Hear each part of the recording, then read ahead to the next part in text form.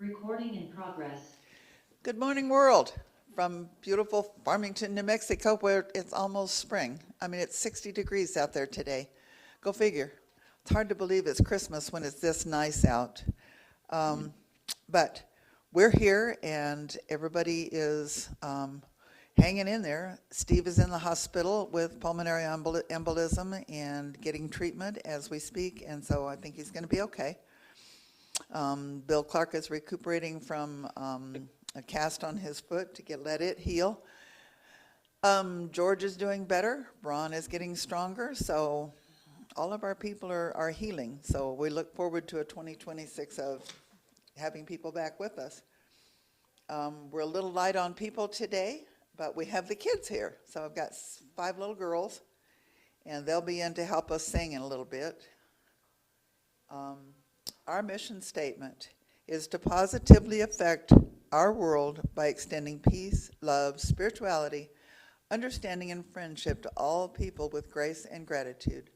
Our vision is to be a spiritual center of awakening to the I Am Christ consciousness, and our membership is open to anybody. And with that, I would like to welcome Shay to do a prelude. And actually, it's going to be a sing-along. I'm dreaming of a white Christmas. Yeah, so, sorry y'all sitting at home don't have the words, but those of us here in the auditorium have them. So sing along as you wish. I'm dreaming of a white Christmas, just like the ones I used to know, where the treetops glisten and children listen to hear sleigh bells in the snow.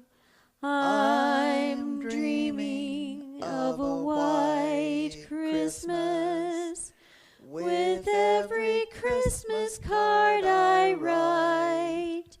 May your days be merry and bright, and may all your Christmases be white.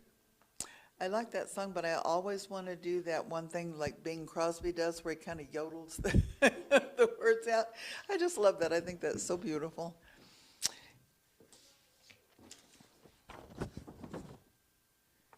Okay. Susan, are you there yet? No. Okay. If you will bow your heads and put your hands together.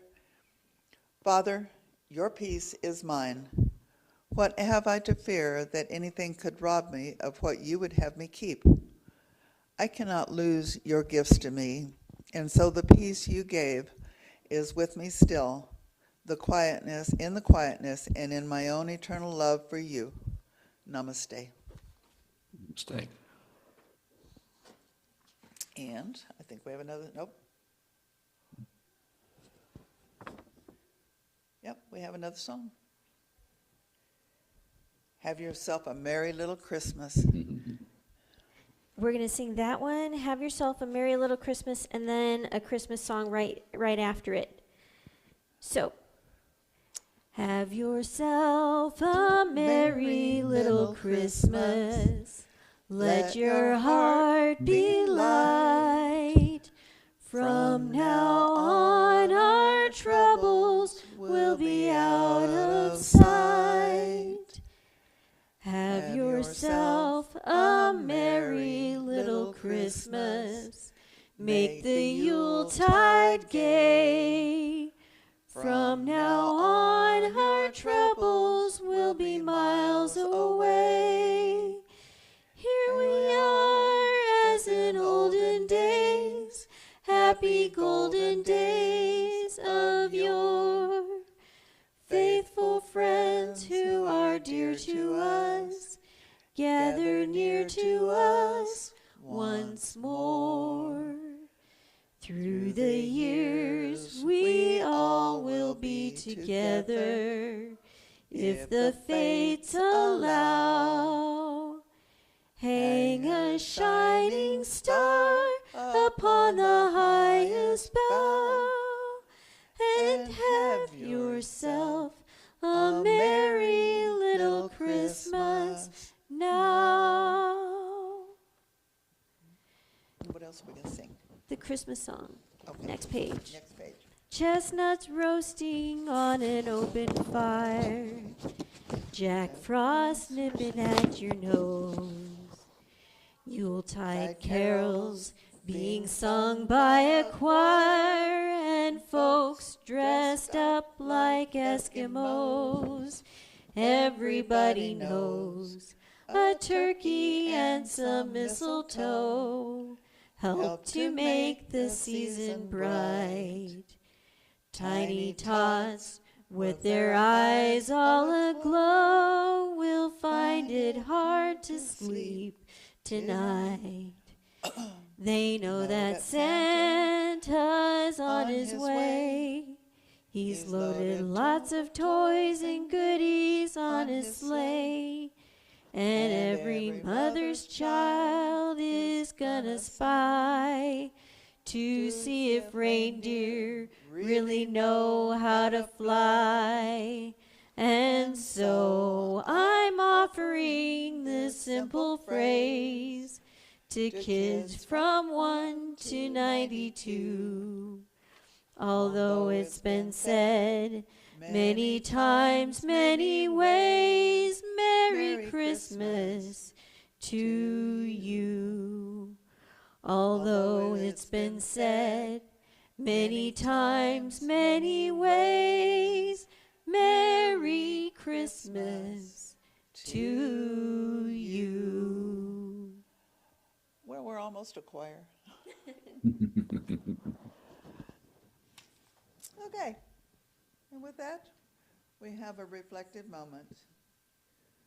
Love produces a flow of energy that I now feel. I love others more than ever, and I feel privileged to be here.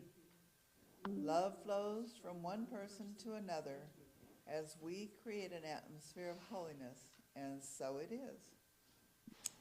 And now we would like to welcome Yvette from Boulder, Colorado, up in the mountains, and she will do a spiritual mind treatment, Qigong treatment for us to wish people good health in the future. And we have several people that we're doing this for. So Yvette, please. So first, let's connect ourselves to source energy by breathing energy in through the top of our head and down to our hearts. 3 deep breaths, inhaling, exhaling, sending the chi to our heart, and inhaling again, exhaling, once more,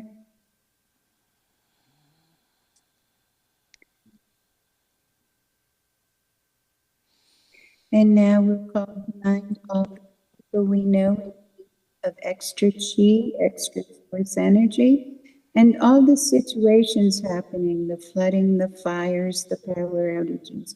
We'll send chi for resolution. 3 deep breaths, which this time we're going to breathe the chi in through the top of our head, down to our heart, and out to their hearts. Inhaling, exhaling. Once more. Inhaling, exhaling. Last time, inhaling life-giving chi through the top of our head and sending it out to their hearts. Putting our hands in prayer position seals in the chi and a bow in gratitude for the opportunity to send and receive chi. Thank you so much. Thank you, Yvette. Okay.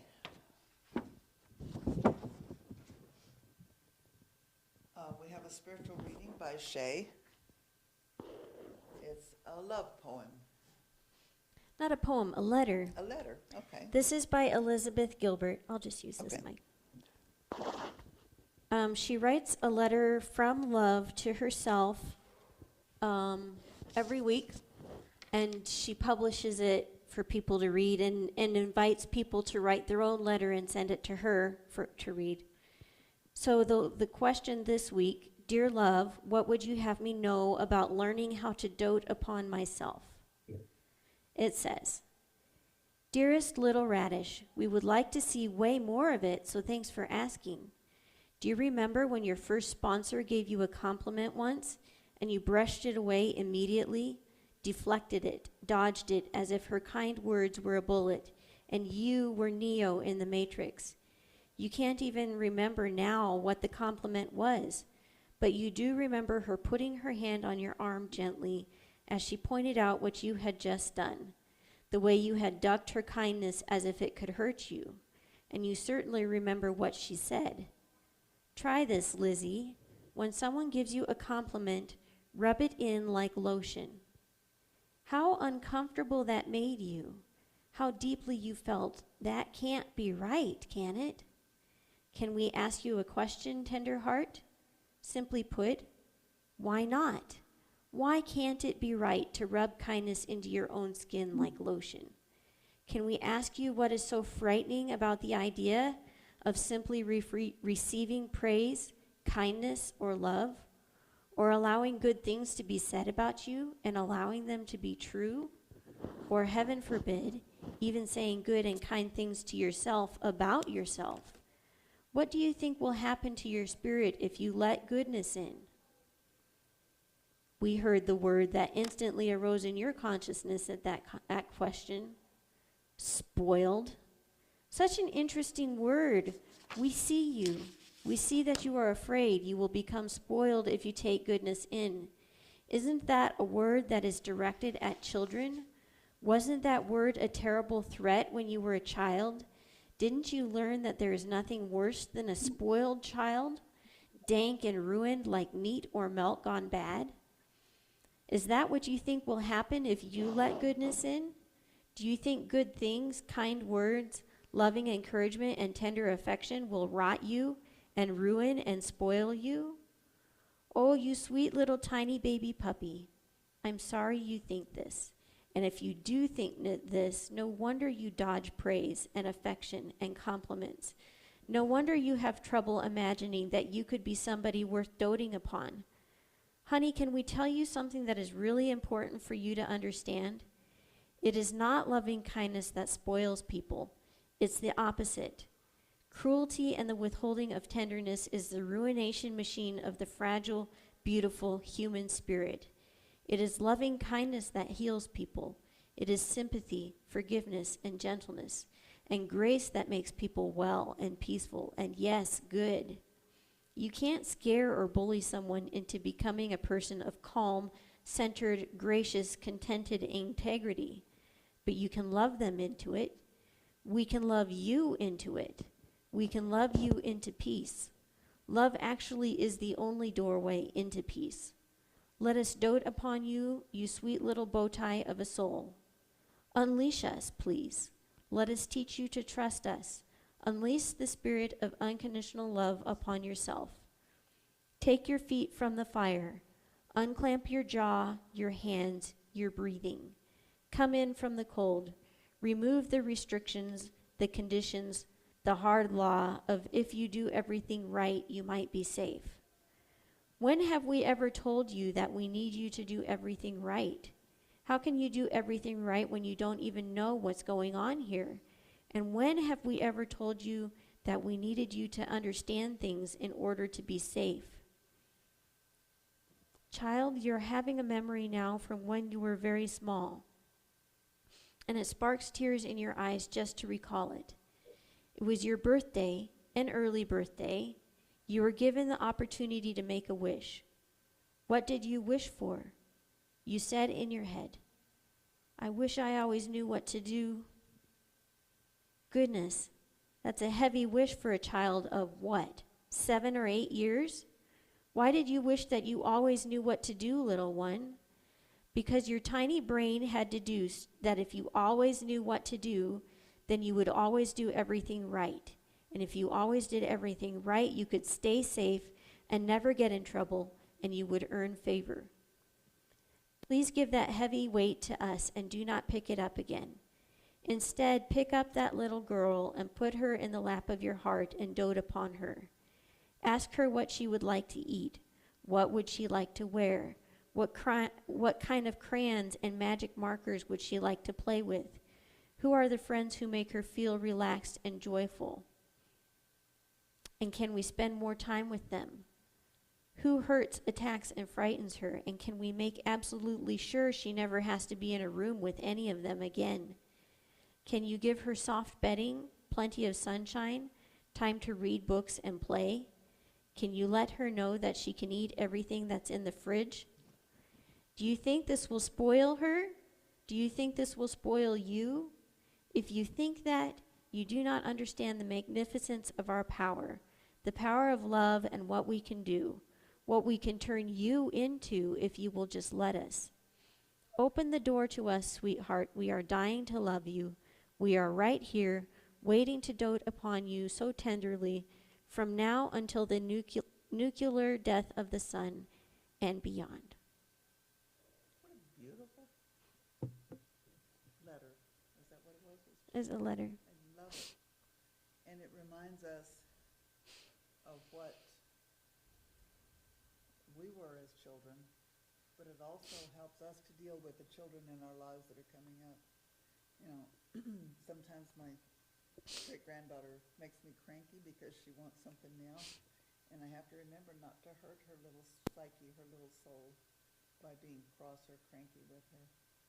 And that, no, she can't have it immediately like she wants it, but she can always have it, you know. So, thank you. That was beautiful, and that helped me remember important things out of my childhood and how to share it with them. So, that's beautiful. Okay, and we have a song now. We're going to sing Silver Bells and Blue Christmas. They're both on the front page. City sidewalks, busy sidewalks, dressed in holiday style. In the air there's a feeling of Christmas. Children laughing, people passing, meeting smile after smile. And on every street corner you'll hear silver bells, silver bells. It's Christmas time in the city. Ring-a-ling, hear them ring. Soon it will be Christmas Day. Strings of street lights, even stoplights, blink a bright red and green as the shoppers rush home with their treasures. Hear the snow crunch, hear the kids bunch. This is Santa's big scene. And above all the bustle, you'll hear silver bells, silver bells. It's Christmas time in the city. Ring-a-ling, hear them ring. Soon it will be Christmas Day. And the Blue Christmas, we're singing it for all those people who are missing somebody, or Christmas isn't the happy occasion that we wish it would be. So, I'll have a blue Christmas without you. I'll be so blue just thinking about you. Decorations of red on a green Christmas tree won't be the same, dear, if you're not here with me. And when those blue snowflakes start falling, that's when those blue memories start calling. You'll be doing all right with your Christmas of white.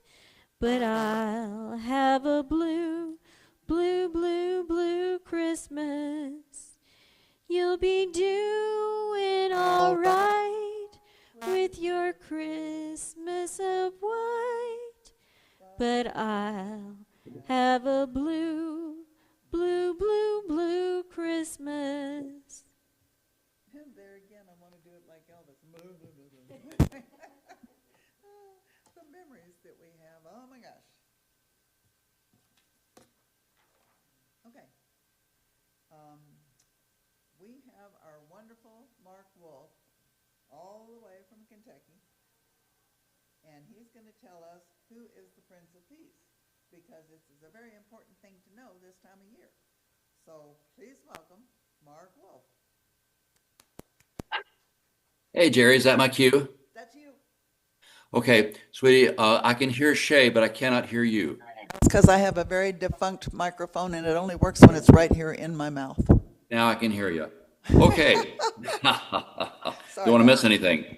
Hey, good morning, everybody. Thank you again for inviting me to be your guest speaker here on this last Sunday before Christmas. How did that happen? Anyway, listen, this morning I want us to take a close look. We're going to do a Bible lesson. And we're going to look at 4 readings from the Bible, 2 pairs of readings from the Bible. See, we're going to read. I already got my reading glasses here. I got them warmed up. 4 readings from the Bible that are literally the center and the heart of the traditional Christmas season. 4 readings that are literally the heart of the Christmas season, but when we get all 4 of them in the same room together, they literally, truly, genuinely make no sense. So that's the kind of thing that we're looking for. And you know that since I've been your speaker now for a number of years, and off and on for a few decades, you already know that when we look at the Bible in a new way, it must be Sunday morning, and not the traditional way, but a new way where it's safe to say it don't make any sense. We always wanted to say that. We was to say, look at the Bible, say, you're right, but it doesn't make any sense. Excuse me. And it often, if we're honest, it does not make any sense until we look under the surface to find new meaning and new understanding, new wisdom, and a greater light to share with the world. And as always, when we bring light into the world, it's a light that would not have been any other way. So, the Prince of Peace. Who is this Prince of Peace? And where's the peace? You know, we're all singing about peace on earth and goodwill and this whole thing. So, okay, I'm digging it, but where is it? You know? So, let's take a look and see if we can figure out the answer to that question. Who is this Prince of Peace? And where's the peace? Well, here's the thing. Let's take a look. Starting in Isaiah, and this is very, very familiar, Isaiah chapter 7. Isaiah chapter 7 says, "Behold, a virgin shall conceive and bear a son, and shall call his name Emmanuel." What's more familiar than that? I mean, you know, seriously. And if we know just a teensy bit of Hebrew, then we know that Imanu, means with us. And El, of course, is God. And so if you have Immanuel, then you have with us is God. Now, let's compare that. This is important. Let's compare that with another reading that is also central to the traditional Christmas story. It's in Matthew, in chapter 1. Chapter 1 of Matthew says, "Then Joseph, being raised from sleep, did as the angel of the Lord had bidden him, and took unto him Mary his wife, and knew her not until she had brought forth her firstborn son, and he called his name Jesus." Very familiar, And we know just a little Hebrew, just a little. you know that Jesus that name is Greek. In Hebrew, it's Yeshua, which literally means Yeshua, that God will deliver us or God will save us. Now, here's the problem. All right, Isaiah the prophet says that this child that we're looking for this week is going to be called Emmanuel, God with us, Immanuel, and we're good with that.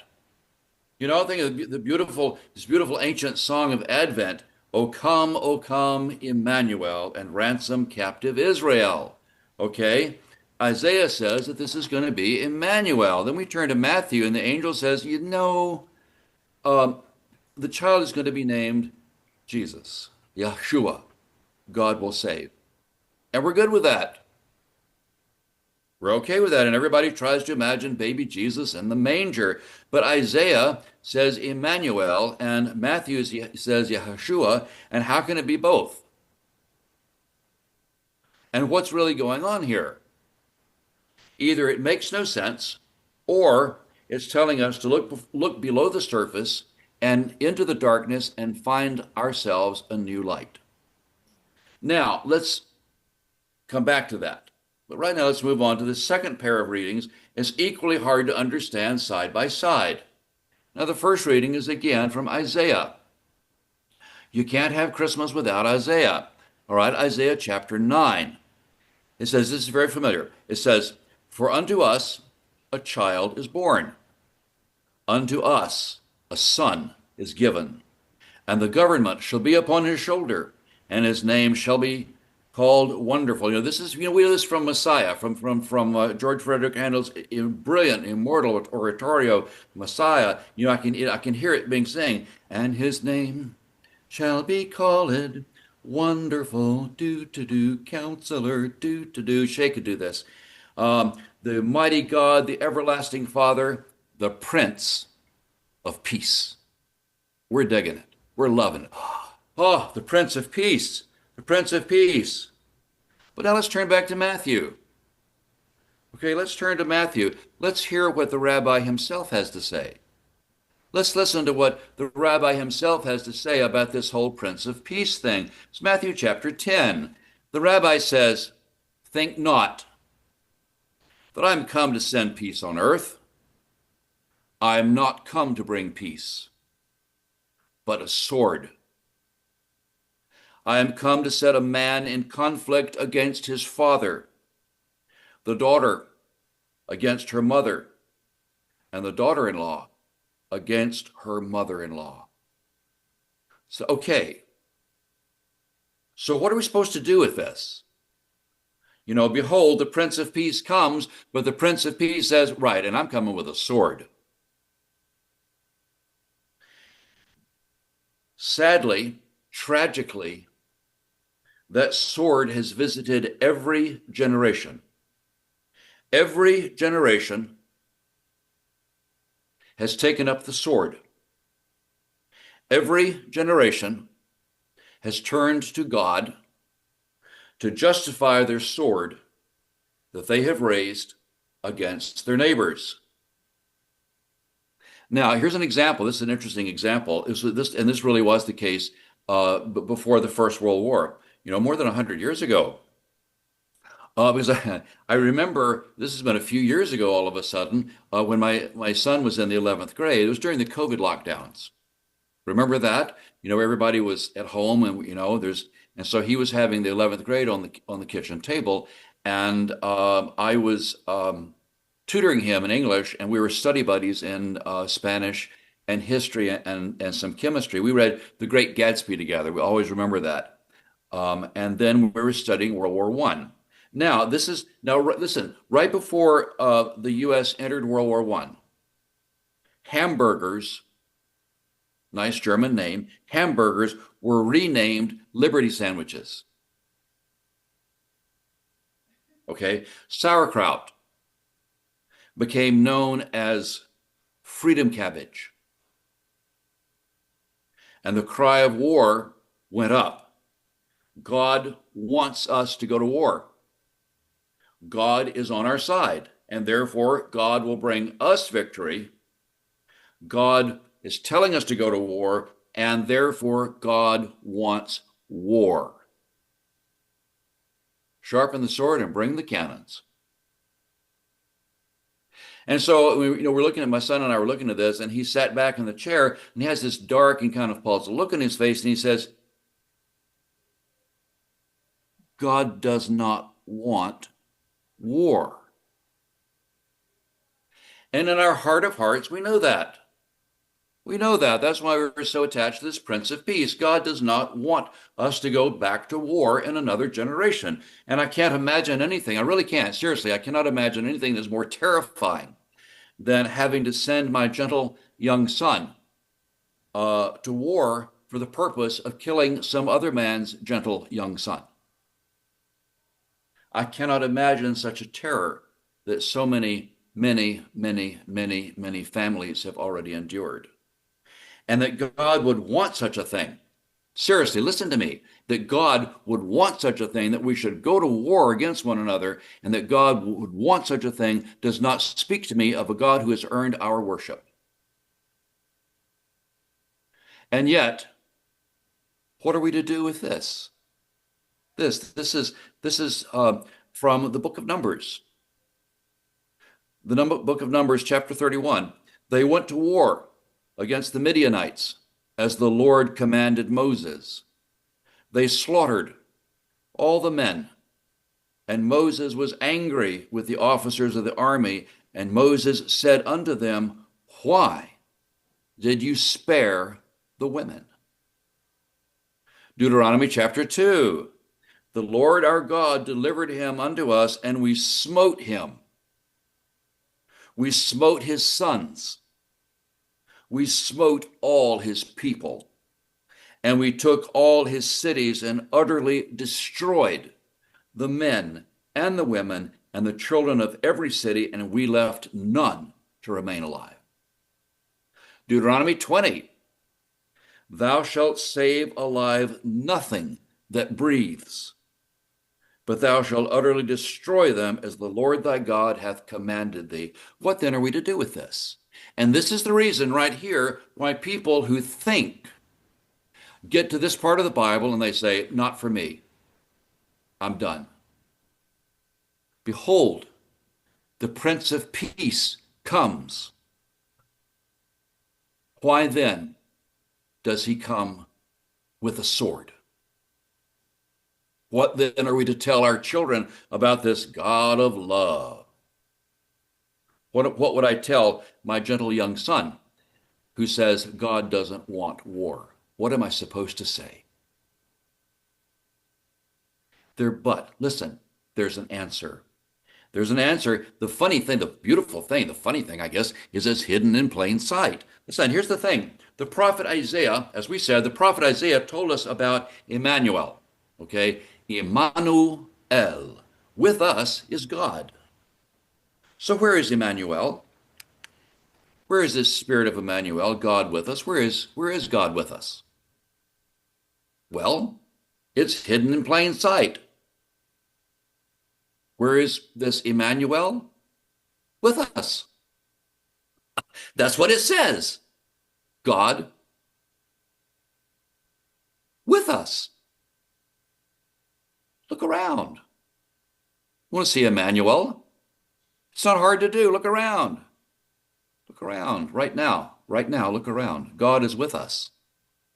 In your next door neighbor and the person sitting next to you. God is with us. God with us is the cashier at the grocery store. So be nice. God with us is you. Yes, God with us is me. God with us is God with us. If the Spirit of God is the Spirit of God, when we hear people, we say, oh, I don't need to go to church to find God. I can find God in the forest. Now, can you find God in the forest? Of course you can.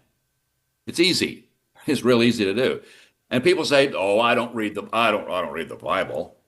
I just feel close to God when I look at the stars and planets at night. Now, can you feel close to God looking at the stars and the night sky and the desert in Farmington? Of course you can. It's beautiful. It's beautiful. Or people say, oh, well, Sunday morning, I like to sleep late. I like to sleep late. I can worship God in bed. I spend some time with St. Mattress. Can you worship God in bed? Yes. Now, saying it and doing it are two different things. But yeah, I'm going to worship God in bed. Of course you can. That's all about Emmanuel. That is connecting to God who is with us. How can we not feel inspired and connected by the beauty of the stars? And you go to the forest and you're instantly embraced in the energy of the trees.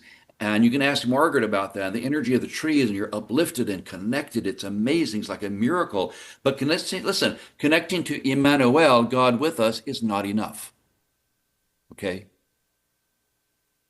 Part of the secret, no matter how much we pray, okay, no matter how much we study or meditate, or you can become vegetarian, you can do all these different things, we're never going to we're never going to have more of God around us.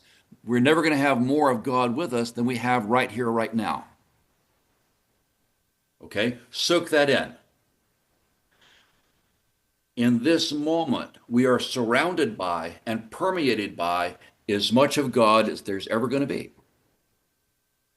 It's not about getting more of God, because it's Emmanuel. God is with us already. But rather, it is about taking up the sword of Yeshua. It's about taking up the sword against the darkness that is within us. Let's say it again. We don't need to find more of God. There is no more of God to find than there is around us, within us, in this moment. But we take up the sword of Yeshua. And when we do that against the darkness that's within us, then yes, God will save us. Then we will see clearly Emmanuel, that God is with us in one and undivided in every person. Son, the Zohar. And the Zohar is an amazing and in-depth second century commentary on the Bible. And the Zohar tells us, actually, seriously, the Zohar warns us not to take the Bible literally. Okay? The light of the Bible, the light of the Torah, is hidden. It is hidden. It is contained. The words and the ideas of the Torah are a code that hides and contains the light. It's a code. The words of the Torah, the words of the Bible, the ideas, they are a code, a secret code. And it was because, listen, the Midianites, we just talked about the Midianites. Well, what does that mean? What does it mean? What's it telling us? Why should we care? Why should we care about a skirmish among nomadic people in the Middle East 3,000 years ago? Who cares? It was just a skirmish. If it was just a skirmish in the desert 3,000 years ago, it would not be important enough to have a place and take up ink in the Torah. But listen, I'll tell you what it means. I'll tell you what it means. The Midianites. We have to go and we have to smite the Midianites. The Midianites are the thoughts and the ideas within our own consciousness that are selfish, dark, deceitful, selfish, lustful. The thoughts and the feelings that distract us from our quest to connect more to the light of God. That's the Midianites. You take up the sword against that which is dark and selfishness within us. And we don't stop. We don't compromise and we don't stop until every dark idea and every selfish tendency has been brought to the surface and slain. The Torah says that Moses was angry with the officers of the army because they kept all the women alive. And you've been thinking, wait a minute, what? Excuse me, what? But what's it trying to tell us? Don't take it literally. Don't take it literally. If you take it literally, it's insulting. Okay? And that's why people set it down and they never go back to it. You have to look at it. It's saying to us, don't compromise with the darkness. Don't compromise with the selfishness and the deceit, the covetousness that's in our hearts. Don't compromise.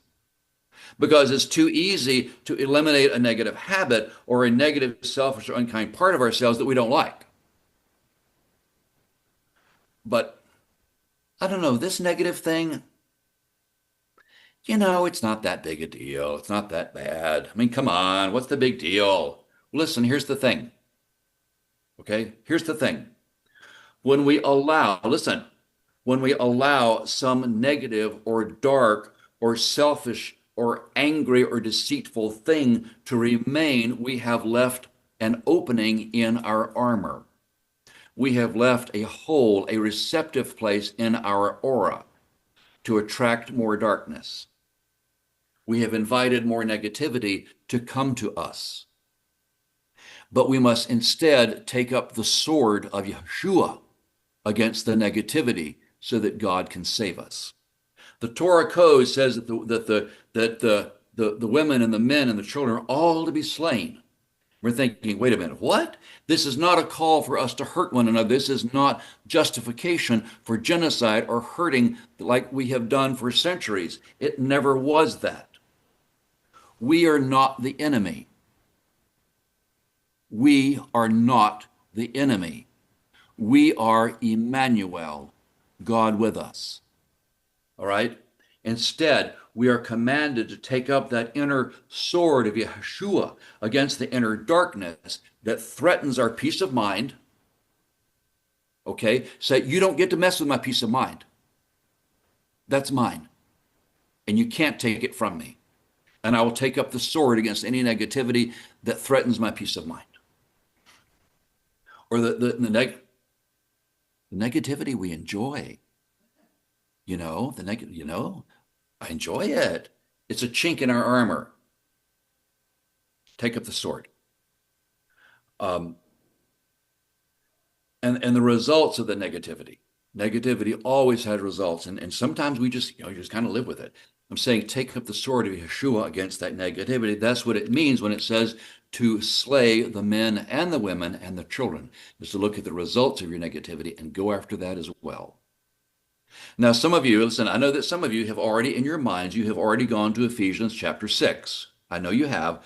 The armor of God, the shield of faith, the helmet of salvation, the sword of the Spirit, and the breastplate of righteousness over your heart, and the shoes of peace. For we fight not against flesh and blood. We are not to fight with one another. That was never the point. But what are we fighting? We are fighting the powers and the rulers of darkness and spiritual negativity as those manifest themselves through us. So, where do we look to find the rulers of negativity and darkness? Where do we look? We look within ourselves. Where else are you going to look? Not in those people over there. You leave them alone. Look within yourself. Now, there are two ways to discover that negativity that we need to eliminate in order to bring peace on earth, in order to find the Prince of Peace. We eliminate the negativity by looking within and looking without. When we look outside, we can ask, this is very useful. We look outside and we can say, what annoys me? What makes me angry? Where am I quick to judge? You ask those questions. It takes courage. It takes courage. You ask those questions. They're easy questions to answer. When you answer those questions, you start to find your darkness and your negativity. Answer those questions and you start to find your negative ego. That's how it works. That's the ego and the negativity and the selfishness, the darkness that are preventing us from connecting more fully with Emmanuel, God with us. And the people who make us angry and upset and bring out the judgment and the crazy, those should be our very best friends. Those are our teachers. Those are gifts from God to show us the places that we need to take our sword and to eliminate what keeps us from connecting and realizing Emmanuel. When people and events come into our lives and we find ourselves humiliated or embarrassed, those are gifts from God. Those are amazing gifts from God.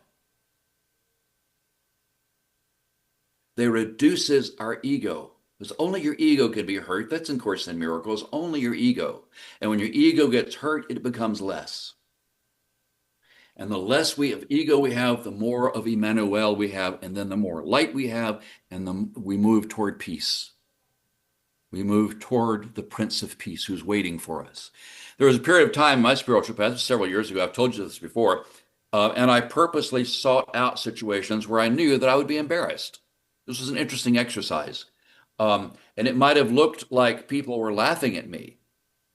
What a dope, but that's what I was going for. They were laughing at my ego. My ego is pretty fragile. And I was laughing also because that part of my ego, my negative little ego, was falling away. Now, that's when you look without. When you look within, it's simple. You pray, you say to the light, show me my negativity. Show me my selfishness. Show me the darknesses within me. This takes courage to do this. It takes courage. That's why we're referred to as warriors of the light. It takes courage to do this. And I'll tell you something. Yeah, I'm a Christmas bug. That prayer right there, show me my negativity. Listen, that is the prayer that separates the true, courageous, spiritual warrior from the children playing with toy soldiers in the sandbox. Okay? Show me my negativity. It takes courage. Don't be afraid. That's the prayer that opens the door to light and blessings and opens the door to peace and miracles. It takes courage, literally the courage of a soldier going to war. When I began to pray this prayer, I started to become aware that there are people I had been hurtful toward and unkind to over the years. It became incredibly obvious. And I set out, this was some years ago, and I set out and I found as many addresses as I could, and I wrote letters to people, and I did the research. I found their addresses, as many as I could, and I wrote them a letter, and I said, I was rude to you. I was unkind 30 years ago. I hurt you, and this has bothered me for the last 30 years, and I hope that you will forgive me. You know what I found?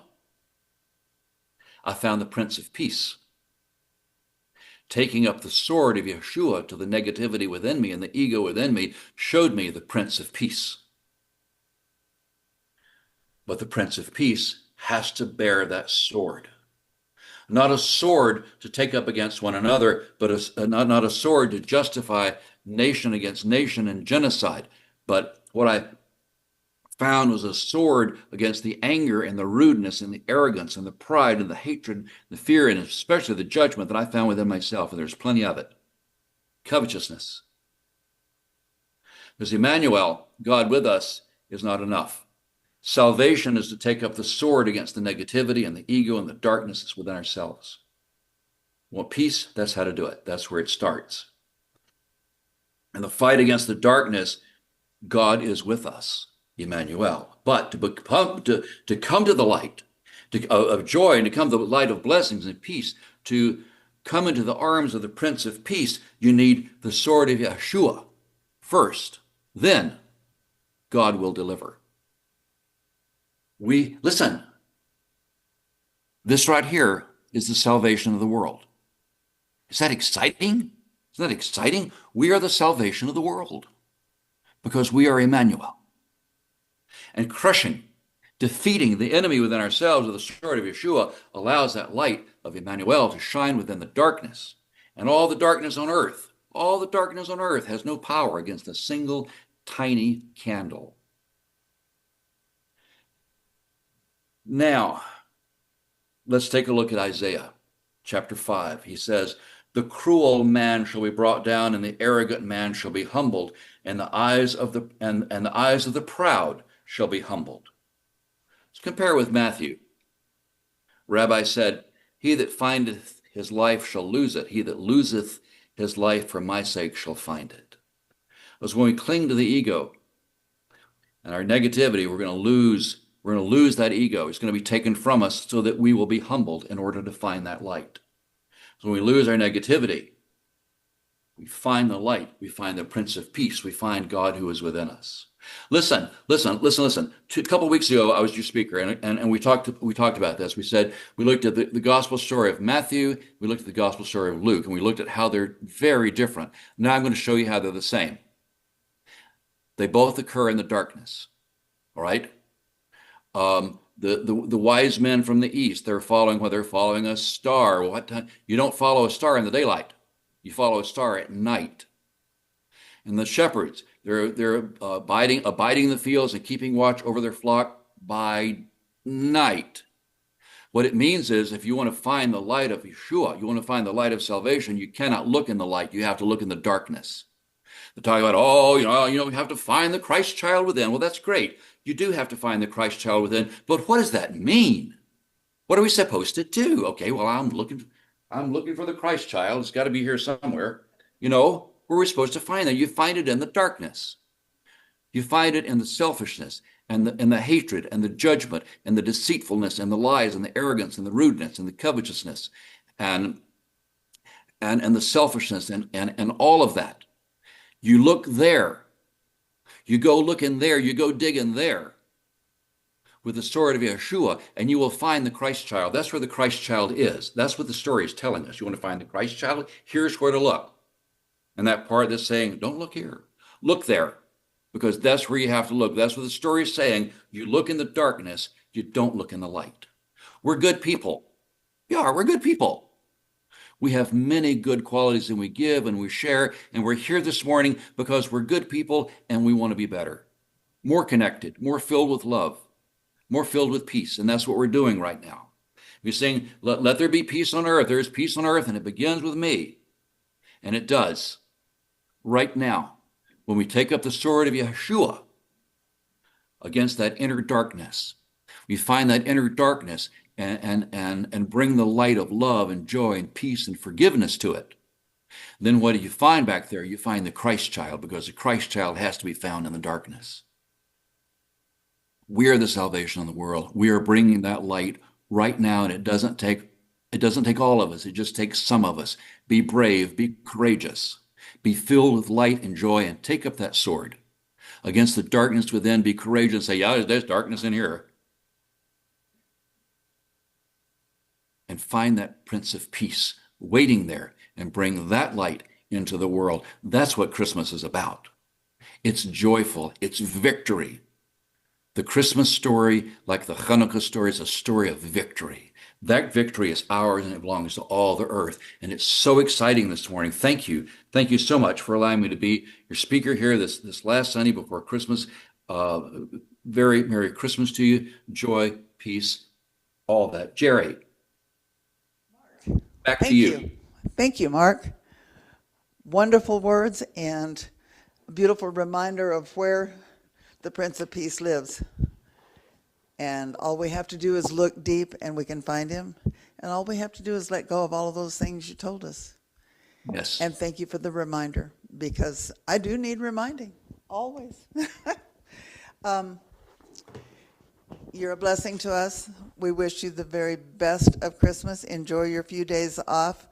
And congratulations on the new position. Thank you so much. I'm excited. Really am. I'm sure you are, and we are excited for you. So love and light to you, my friend. And we have a song from Shay. It's the most wonderful time, and we wish you a Merry Christmas. So, ladies, do you want to come up and sing with us?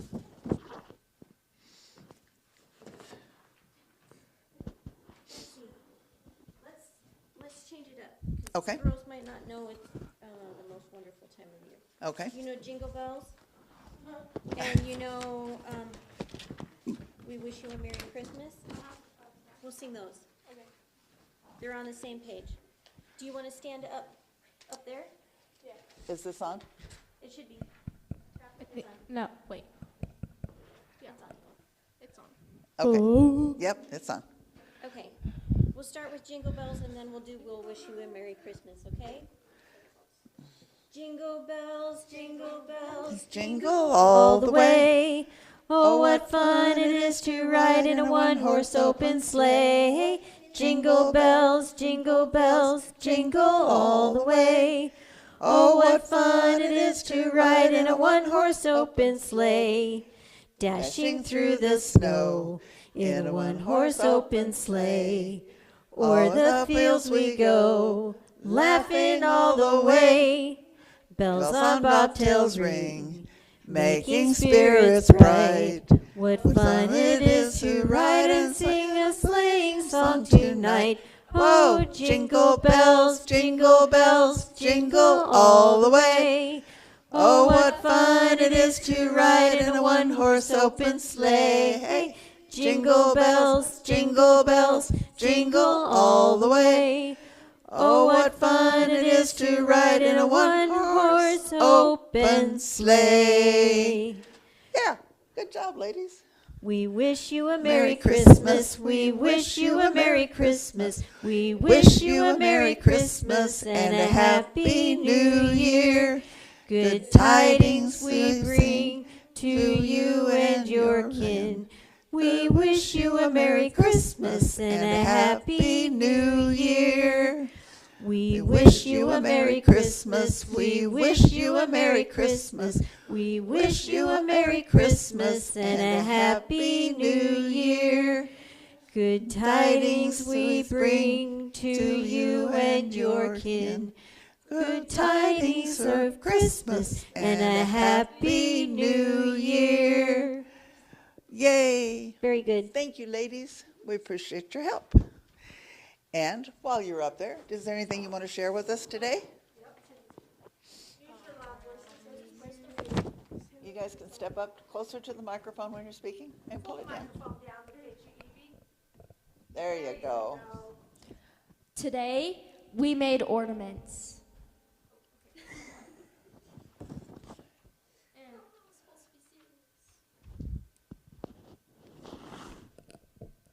I'm going to be reading 'Twas the Night Before Christmas.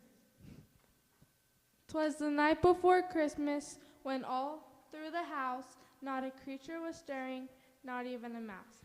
The stockings were hung by the chimney with care and hopes that St. Nicholas would soon be there. When out on the lawn there rose such a clatter, I sprang from my bed to see what was the matter. Away to the window I flew like a flash, tore open the shutters and threw up the sash. And then in the twinkling I heard on the roof the prancing and the pawing of each little hoof. As I drew in my head and was turning around down the chimney, St. Nicholas came with a bound.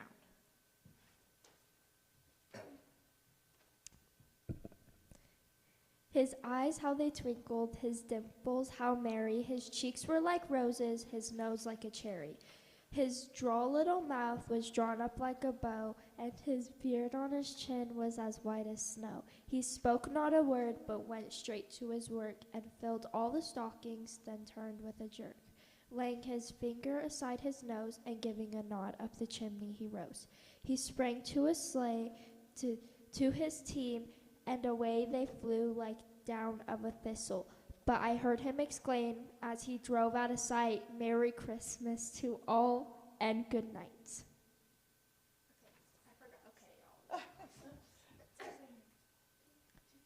Merry Christmas. Thank you, ladies. And thank you for the Christmas. Okay. We have a very small group today, and we're thankful for the ladies, the young girls, to join us. And we're thankful for all of you that are on our Zoom. And we do hope that you have a wonderful Merry Christmas. And we'll talk to you before the New Year's next Sunday. So please be with us. And blessings to all. Thank you for being here. And we're going to gather up and sing our songs.